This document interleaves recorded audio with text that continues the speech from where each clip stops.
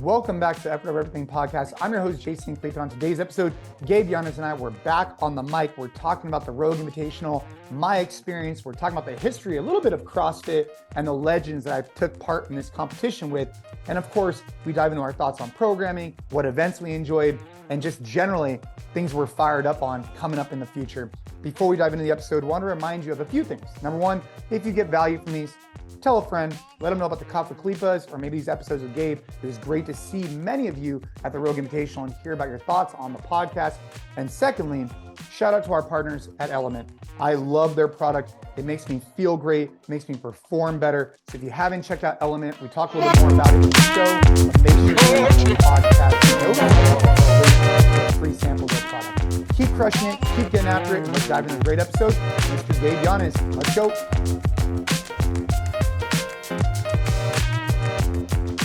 All right, Gabe, Yanez, we are back from the Rogue Invitational. That is the topic of conversation on today's podcast. Thank you, everybody, for listening. We're going to dive into our thoughts on the Rogue Invitational. I obviously competed there as a Rogue legend, which was a cool experience. This is my third time competing as Rogue legend. And I got my effort cup of my Yeti effort cup. I'm fired up. I'm about 2 cups of coffee deep. And this is going to be a hell of a conversation. So good morning to you. And let's rock and roll. Yeah, man, it was a really fun event, second year that I've gone. And it's funny, now I've been in Texas we moved March of 2021, so 1.5 years. And it's cool, man. This whole Texan pride thing is very real.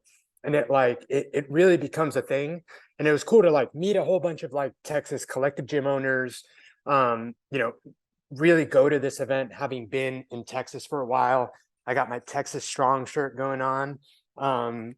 Dude, it's a fun event. It's a really fun event to have right here in our backyard in Austin. So I live an hour, 10 minutes away. So I'm really excited. I hope they keep having it. It's always a good opportunity to see you, see a bunch of friends, see a bunch of really cool athletes. So yeah, I had a lot of fun, and I know there's a lot we want to talk about.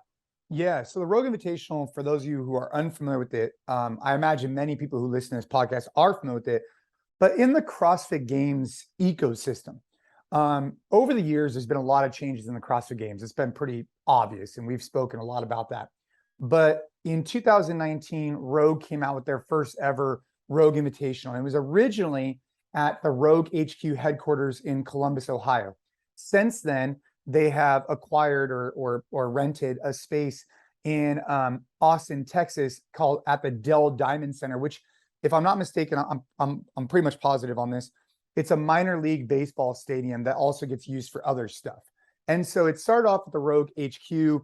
I imagine they probably either A, they felt like they couldn't accommodate enough people, or B, they didn't want it at their HQ because it probably, I imagine, disrupted operations significantly. And so they moved to the Dell Diamond Center. Now, the Dell Diamond, just laying the framework here, for those of you who haven't seen these images, it's a beautiful stadium, and they do an incredible job at Rogue to make it look really good. I'd say that stadium is the perfect size venue for this type of event. I'd say. Do you think so? It's not too big, not too small, but gives room for growth. I'd say it's perfect. What do you think?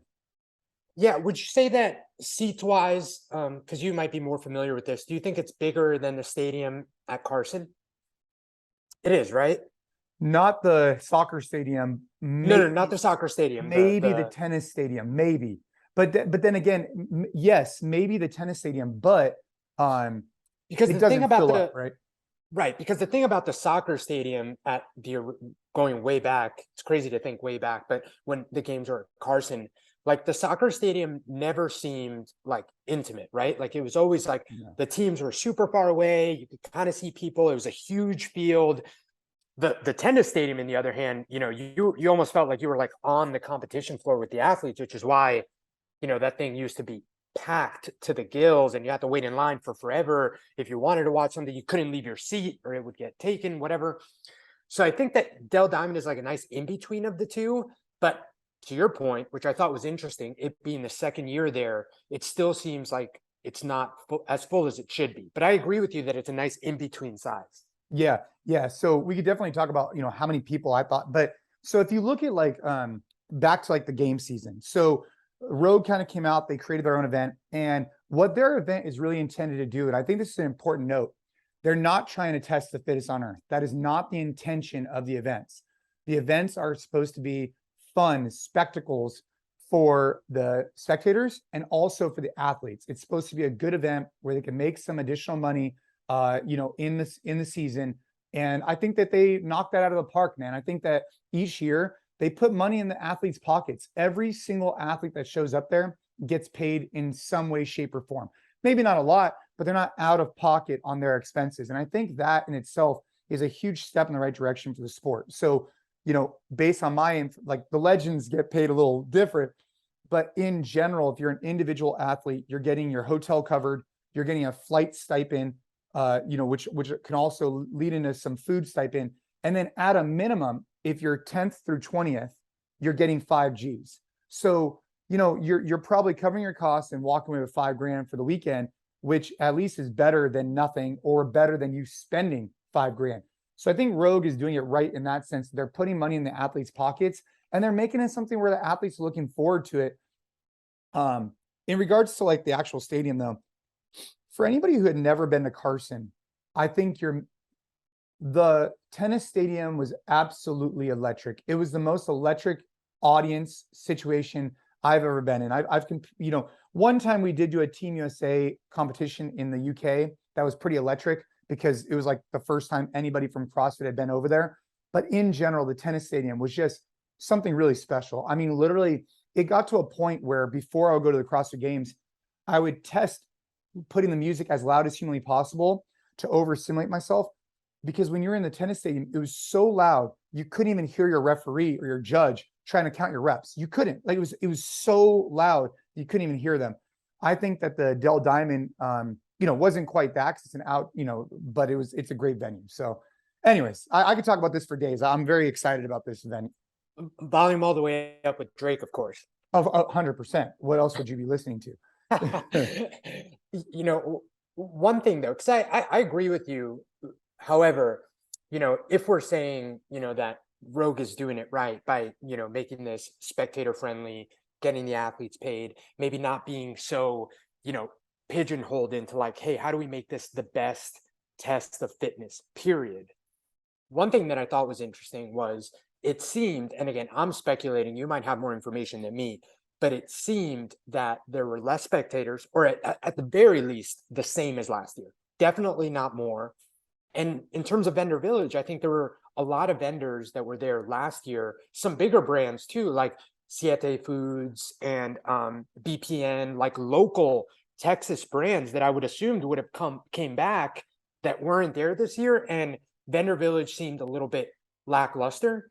So I'm wondering, if this is the direction the sport should be going. And granted, 2 years is like way too little bit of time to like make any conclusions or say that, hey, this event's not going to be successful. But I, given the fact that I went last year, I was expecting it to be like a shit show this year. I was like, if anything, I was like a little bit bummed because I was like, man, it was so nice the first year. It was like, not super crowded. Parking wasn't a nightmare. And I got there this year. I didn't even go on Friday because I couldn't. And I went on Saturday. So I was like, man, it's going to be packed. Like we're going to be waiting.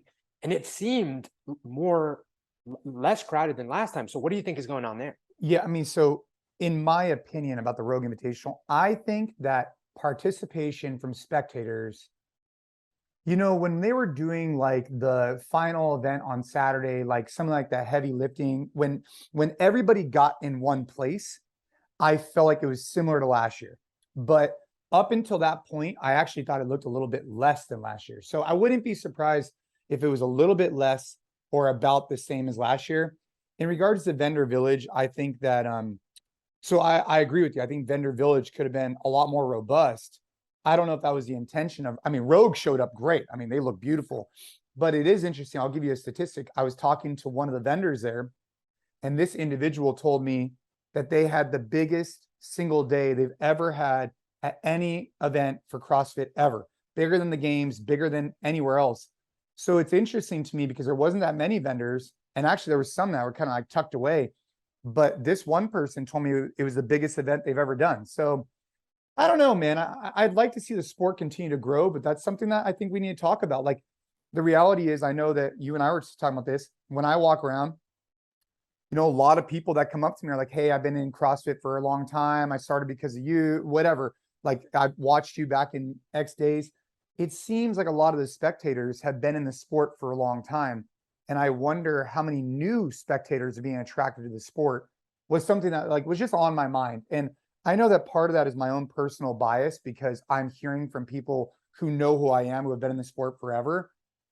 But I don't know, man. It just seemed like a lot of the people who are there have been in CrossFit for a long time. I wonder how many new faces are coming into the sport. Um, and that's hard to judge, by the way. That's almost impossible.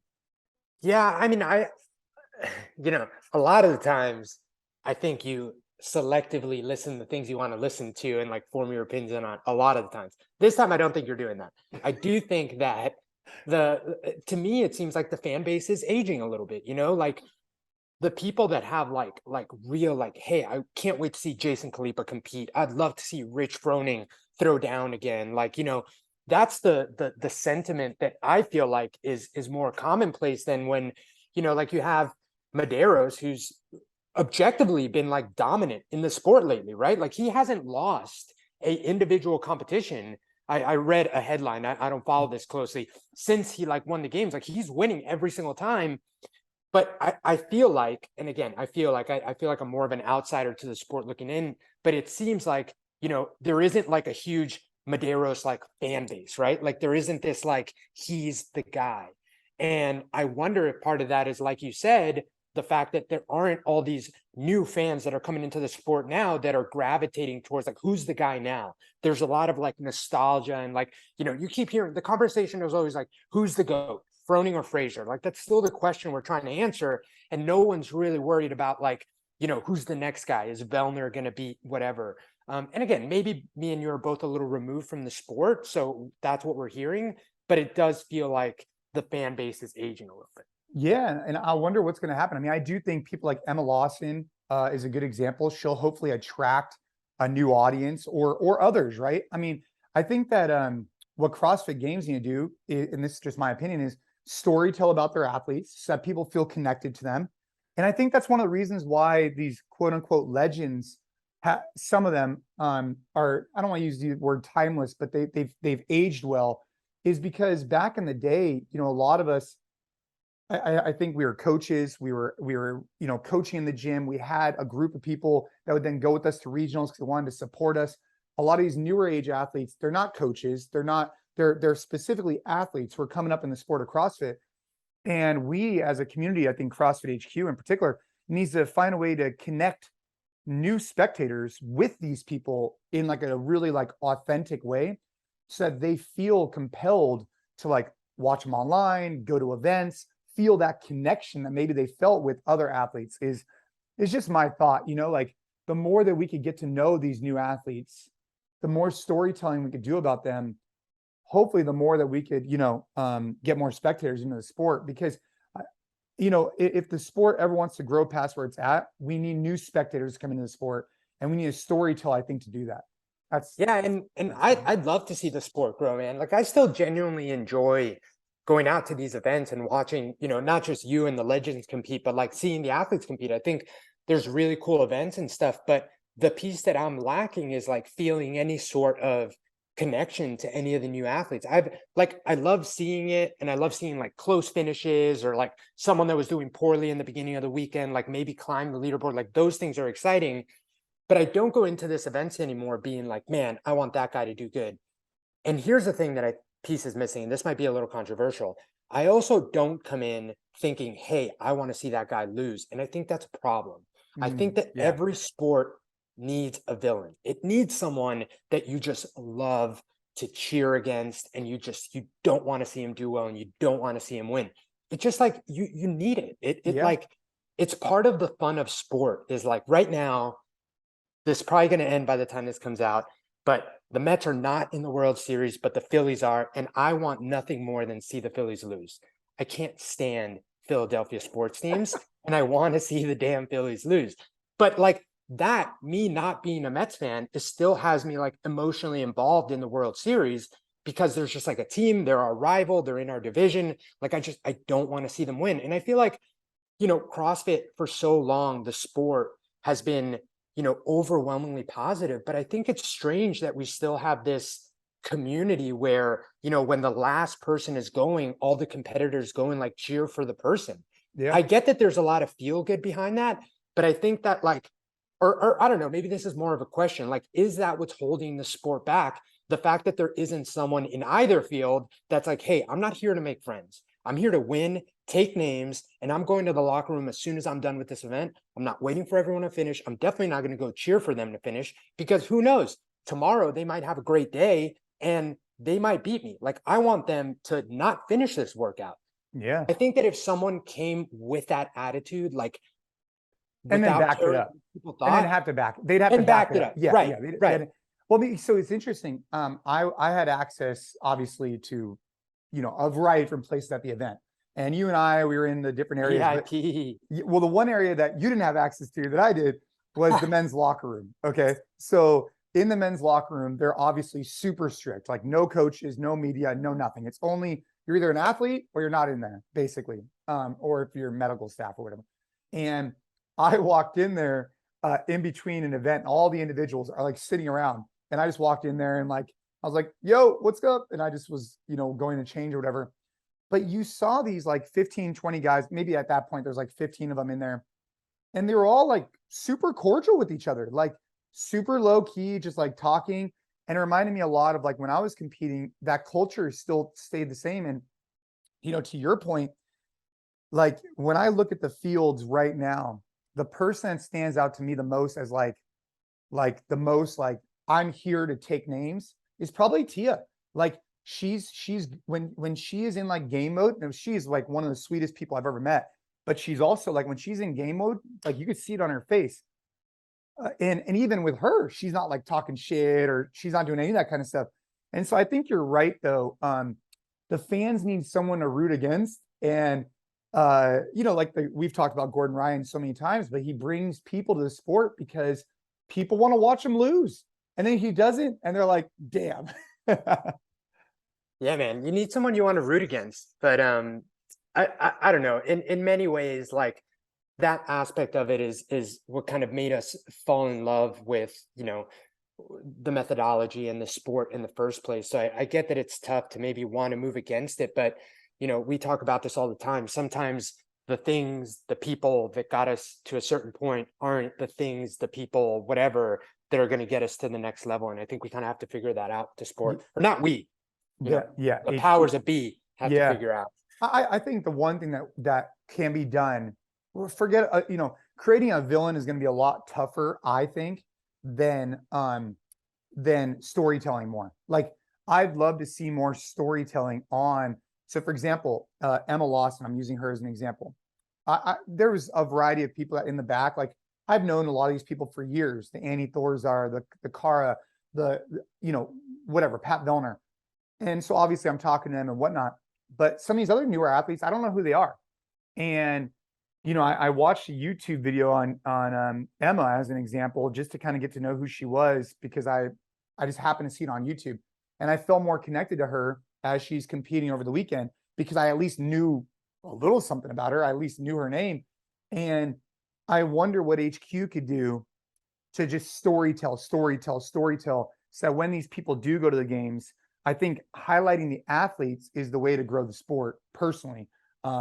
More so than highlighting the actual workout or highlighting the directors of the games or highlighting any of that stuff. It's about highlighting the athletes, because if they're not highlighting the athletes, I mean, because think about all the sports, like, dude, think about like the growth of soccer with, different athletes there, or baseball, like people are connected to these athletes. And I think that's what CrossFit needs to be doing a little bit more of. That's my take on it. Yeah, for sure. I definitely agree. Have you heard from Josh Everett? Do you know how he's doing? Yeah. So Josh Everett, he hurt his quad. So we were doing an event together. I'm gonna look up Art, and I watched him go down. I was super worried about it. And he said it's a quad strain. So he had a quad strain. But man, we were doing this partner DT workout, and he was on the jerks, and he just like tumbled over. I'm like, oh crap. And Then he tried to get back up on the next round and he couldn't do it. And so I thought it was his HCL just by the way he kind of went down. But luckily it was a quad strain, which is much better than an ACL tear. Have you like gone back and watched a video of it?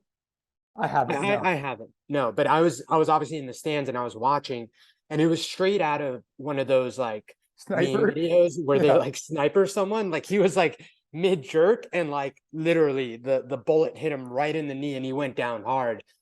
I Dude. did, and dude, I am by the furthest thing from an expert when it comes to injuries, but I felt like it couldn't have been a knee thing just because he was able to bike the next round.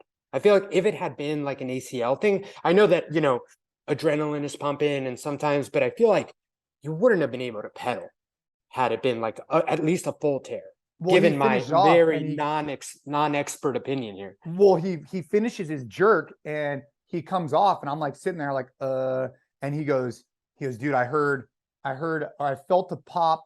Yeah, he said he felt something. And, you know, I have lack of stability or something like that. And I'm just thinking to myself, well, that sounds like an ACL tear to me.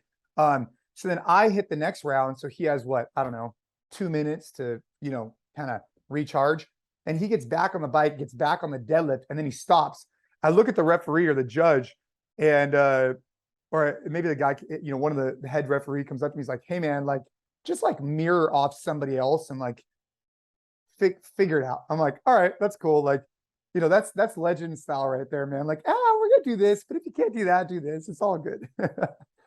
But yeah, he's doing okay, man. I'm gonna go down and actually see him at some point. I really, Josh Everett, for those people that don't know, is one of the most, he's very educated in strength conditioning, coming from his background working in college athletics and then transferring into working for the military.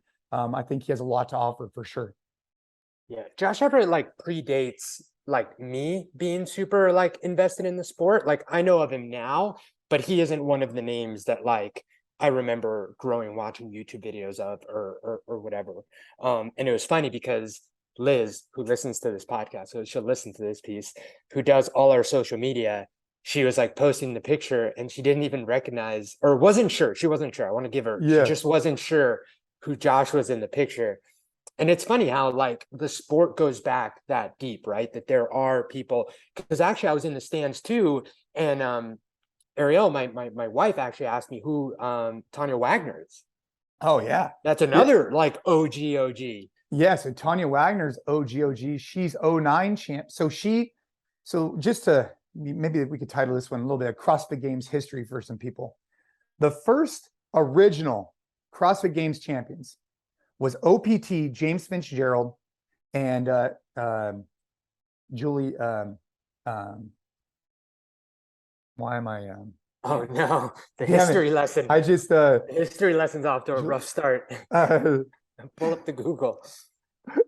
Because a lot of people incorrectly think that Annie was the first female champion. Jolie Gentry. That's yeah. So I was gonna butcher her last name. So it was James Fitzgerald and then Jolie. I was gonna say Julie Gentry.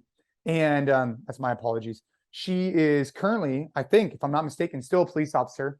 And dude, she was so inspirational for so many years for me. She was just embodied everything about CrossFit. She was, you know, law enforcement, total badass. So she won that first year. And in 2007, didn't get much like heat. Then in 2008, it was me and Katie Henniger. And so for those people that don't know, Katie Henniger. I didn't know that. And her husband, Bill Henniger, own Rogue Fitness. So Katie Henniger is not only a CrossFit Games champion, she's also a Division I basketball player for Ohio. And so she's a badass. Then you go to 2009. And maybe it could have been me if I hadn't have passed out on a run. I'm not bitter about it. But it's Miko Salo. And then Tanya Wagner was that year. Got it. And you know what's funny about that year? So wait, was it? Yeah, go ahead. Finish. I had a question. What's about funny the is we finished the 2009 games, and at the time I took fifth. Anyways, I took fifth. It was a little bitter, but it was okay. And we finished the last event. You like overhead lunge with this 45-pound plate over your head. We finished the event, and Nico's there, And at the time, his English, I don't think was that bad. I just think that he was like a little bit more of a shy individual. And I just remember the only thing that I heard him say all weekend, the only thing was like after everything was done, whatever, was where's my money? Because like it was like because he got $5,000 for winning. And so he won that event along with Tanya Wagner, who then became Tanya, just a lot of the commentating. And then Yeah. 2010 was Graham Holmberg and Chris Clever, who is also a legend. So when did Annie win the first year? Annie Sakamoto? No, Thor's daughter. Annie Thor's daughter won either 11 or 12. I don't know why I thought she was super early. I guess I just remember the clip of her like doing the muscle up. That was at the 2009 CrossFit Games. She got her first ever muscle up. That's right. So she is like the epitome of an OG. I just remember her. She was wearing like these. You guys could pull up the video, but you know, she's coming from Iceland, comes all the way over here, and she got her first muscle up right there because the final event at the 2009 CrossFit Games was. It was like a chipper, but it started off with like 10 muscle ups or something of that nature. And at that point, dude, muscle ups were so new. It was so raw that a lot of people had never even done them before. And yeah, she got her first one that day. It was a big deal. That was another thing that I was talking to a couple of people I was hanging out with in the crowd. You know, I feel like for a long time, 30 muscle ups in a workout was like the benchmark, right? Like that was. You never really programmed more than 30. And if you did, it was like crazy, like single workout. And they had the one workout at this year's Rogue Invitational that was 7 rounds of 7 muscle ups, goblet squats. They were heavy. They were heavier than the usual, like 70 pounds for gentlemen and 53 pounds for the ladies. I think it was 60 something for the ladies and 80 something for the men. And then what was probably a 200-meter run, but up that really steep hill. Yeah. And it was 7 rounds of that. Dude, and that's a lot of muscle ups. It's 49. Yeah. 49 muscle ups in a workout. And, you know, most of the men finished it. And out of the women, I think, you know, Emma Lawson was the only one that like got the closest to finishing it, but there were a couple of women that finished the muscle ups of the workout. So 49 muscle ups in a 15-minute cap workout with what was a pretty aggressive run, because that was pretty steep, and some heavy goblet squats. It's amazing how the sport has evolved and what these athletes can do now. Like it's and crazy. Those were on high rings. So something to consider is that when you're on high rings, when the strap is further than like 6 to 8 feet, it's a game changer because you get so much whip in those rings that if you get off your cycle, dude, you are so screwed. And so you have to be more vertical in your muscle up transitions. And so that's a really good example of not only being good at muscle ups, but also being good at muscle ups on high rings. By the way, Annie Thor's daughter won in 2011. I just pulled it up. Chris Clever took second and Rebecca Voigt took third. And then for the women, and then she also won in 2012. And 2013 was so. But I mean, think about Annie Thor's daughter, right? Comes in 2009, wins in 2011, wins 2012, comes back, gets back on the podium. I mean, dude, she's just incredible. But talk about the athletes. The muscle up one was cool for sure. It was cool. But the one that was probably the most impressive to me, and I think the programming, you know, there's always stuff you could pick and choose what you like, what you don't like. But the one event I found particularly intriguing was the 405 back squat. I found that to be particularly intriguing to me because I've never seen a load that heavy for that many reps at a CrossFit competition. I mean, dude, you're doing 405 for 15 reps with box jump overs. I was shocked at how fast and how proficient people move that bar. I've also never seen, for anybody listening, I've never seen someone take weight off the bar and then put it back on. I've never seen that ever. And I don't know if the judges knew what to do. There was one of the female competitors. I don't know if maybe she thought she didn't have enough time to warm up. I don't know what it was, but they were at 275. She pulled the 50 pounds off, the 25s, hit a rep, then put the 50 pounds back on, and then hit that rep for one.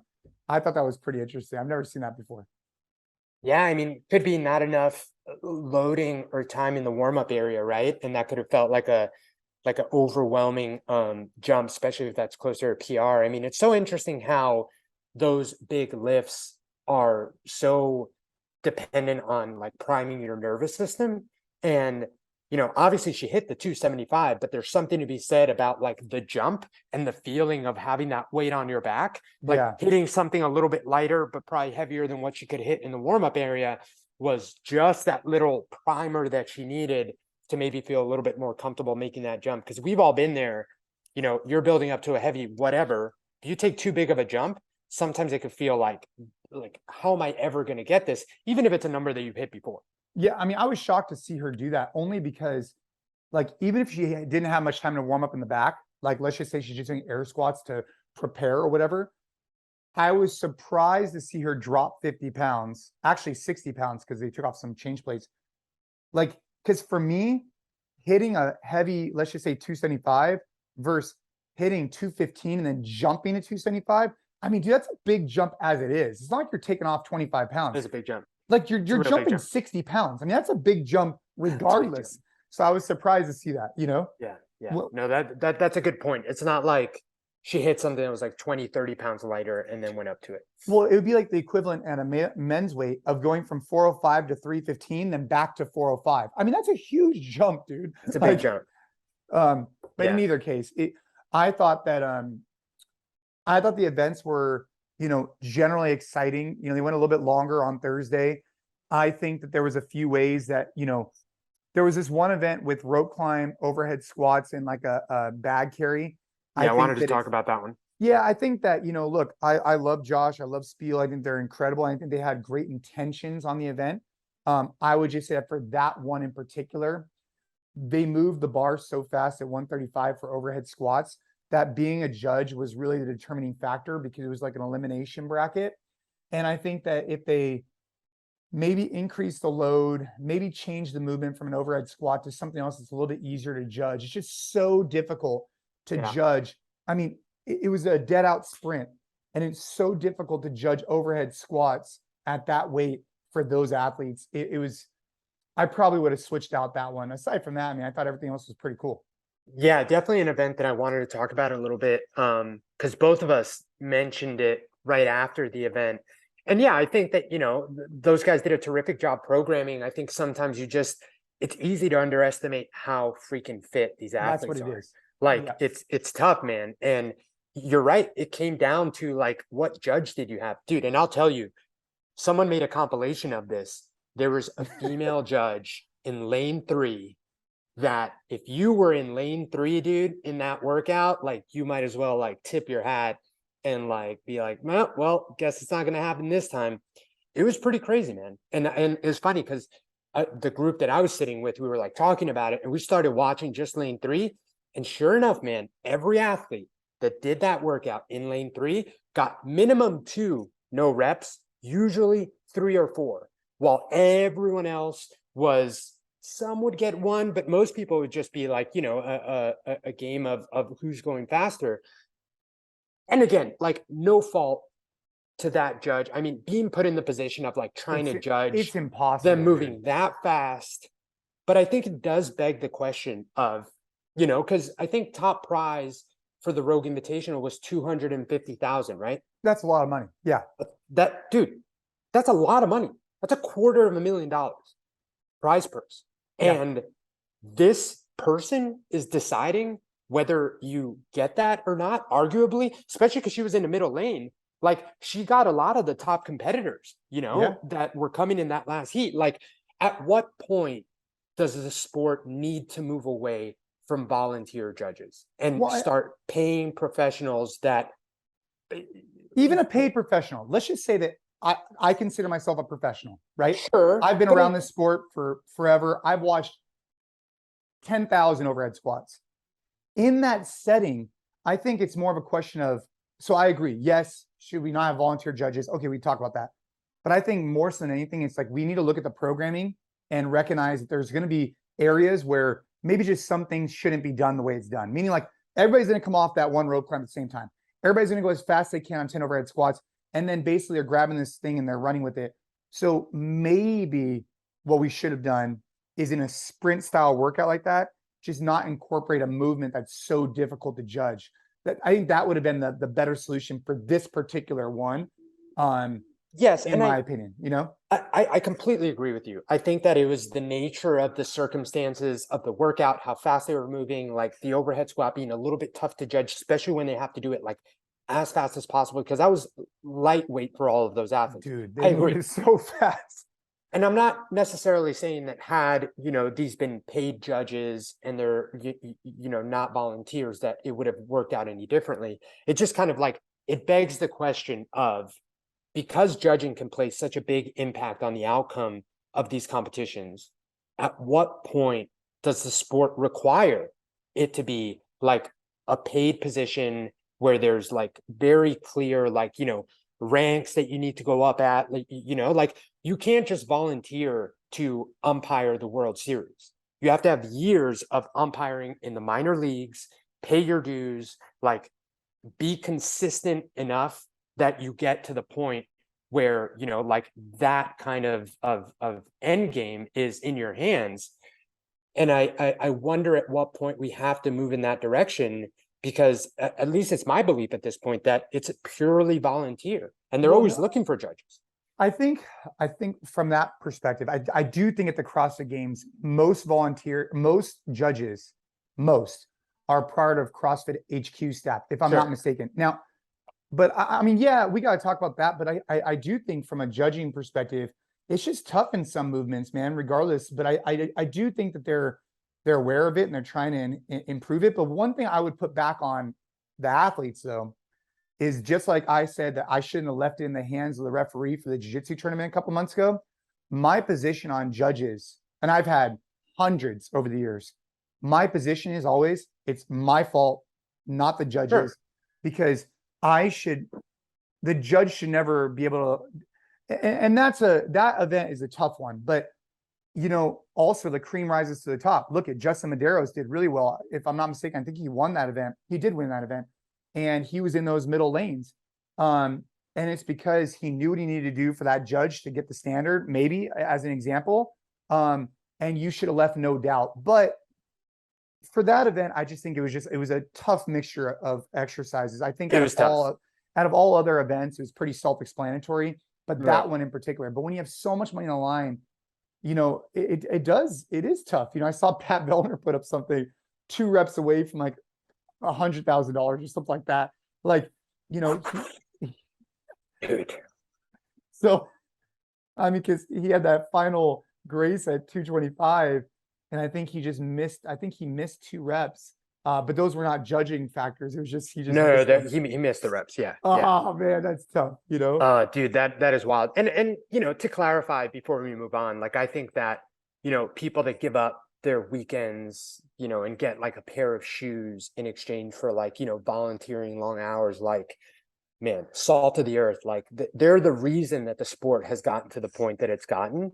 And I know that they're going out there with the best intentions to be fair and just. So by no means is this like hey, judges, like get it together. If anything, I'd love to see the same people that are that passionate about the sport be able to do this and like get paid to do it. And there'd be like, more kind of like rigid expectations and like training going up to it, because it's a job like anything else. But I just wanted to make sure that it's not me like hating on the judges. It's a tough job. It's an impossible job. It's an impossible with a lot on at that stake. event. It was on that particular event. It's almost an impossible job on the overhead squat. Like everything else is pretty easy.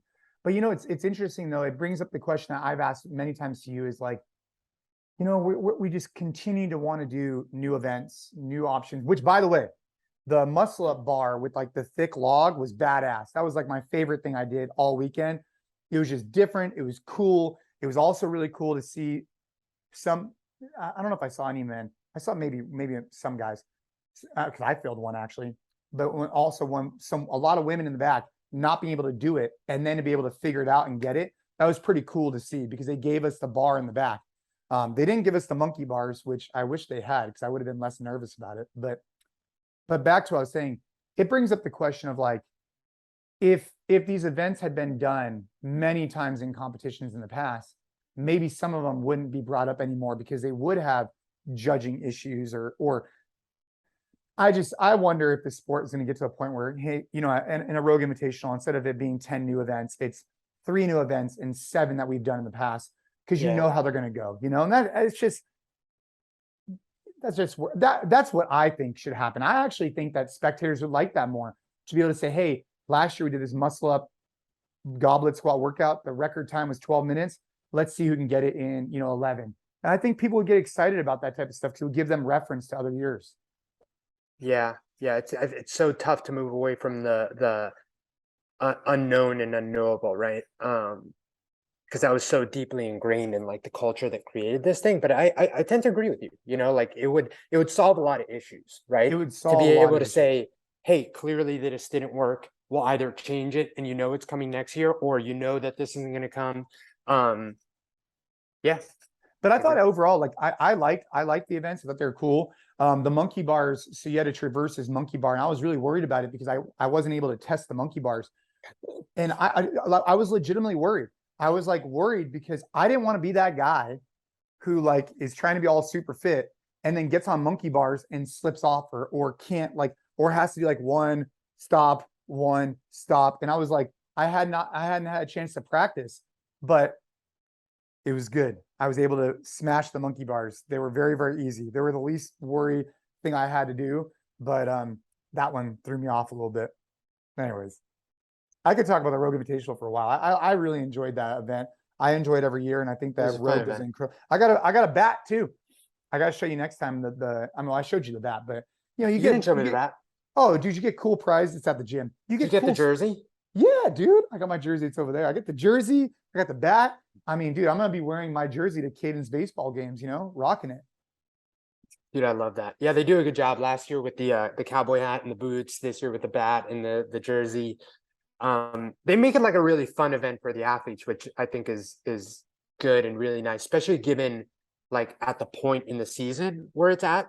Because yes, there's a lot of money involved, but it does feel like, it's a fun time for people. Yeah. One thing that, got me fired up is before I left, I'm talking to Tia and I'm thinking like, oh, what is she doing next year? Blah, blah. I'm like, hey, how'd you like being on the side? And I was expecting her to be like, yeah, it was a lot of fun. It was good. She was just so like, man, I got to get back out there. I'm fired up. I cannot wait to compete. I'm just thinking like, oh, okay. All right. Tia's got some fire in her. And so watch out, everybody. Watch out. I think Tia, she is coming and she's going to be coming strong. That's my opinion. That was the way I finished my weekend. Was she was the last, athlete I was talking to, and man, she was fired up, dude. So I'm excited to see what she does next year for sure. That's cool, man. That's really cool. Yeah. And then, hey, by the way, shout out to Rich Froney for playing baseball with Caden. That was a lot of fun.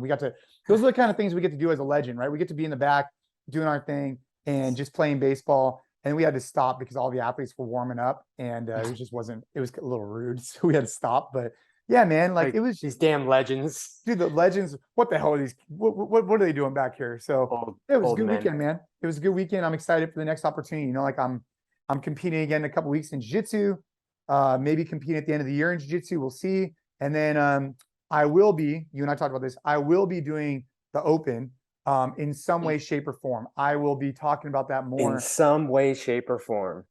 You're doing the Open. Period. I'm doing the Open. But I could do it a few different ways. I might fly out to Cookville just to challenge Rich in one of them or something. That'd be fun. Oh man. Yeah, let's make it happen. 2 things really quick though before we sign off. First thing is, did you use any element while you were competing? Dude, yeah, of course. So no brainer. No, it is a no brainer, especially in like those higher stress situations, which by the way, I don't want to put legends on it's not that high stress, but you're still competing. You're still competing. Like it's pretty low key, but you're still competing. But yes, 100%. I got this new 64-ounce bottle from Yeti, and I think I put 2 elements in it. So it wasn't like overly salty, but just enough where it had some flavor and kept me like feeling fresh. Like I really, honestly, dude, I really like their product. Like I'm not just saying that because they became a partner of the podcast or whatever. Like I genuinely like the Element product. And I think it makes me feel really good. I got to get Rob Wolf on to understand more about why it makes me feel. We got to get him on. Yeah, we got to get him on. But yeah, just make sure that if you are interested in trying a sample pack of Element, Jason uses it. I use it all the time. It'll be in the show notes. Second thing, it was so much fun meeting people that listen to the podcast. Like so much fun. Just hearing people come up to, I know they came up to you. I talked to a bunch of them when I was there on Saturday. I love that people enjoy these conversations, listen to them. So just want to give a big shout out to everyone that we saw at Rogue and listens to the podcast, but just everyone that listens to the podcast overall. Yeah, no, for sure. It was nice. You know, it was nice to talk to people who listen to the podcast. And if you do, right, and if you get value to these, just share with a friend, let someone know, hit us up. But we're going to keep doing it. I actually set up a new podcast room at our Campbell gym. And I think Hinshaw is coming over this week. We'll be doing more in-person stuff there. I really want to invest more into the podcast, have more in-depth, fun conversations from my background, from Gabe's background, from different backgrounds, and try and add as much value as we can to, you know, anybody listening to the podcast. So really appreciate your guys' support. Keep listening, enjoy our previous episodes, and keep rocking and rolling, right?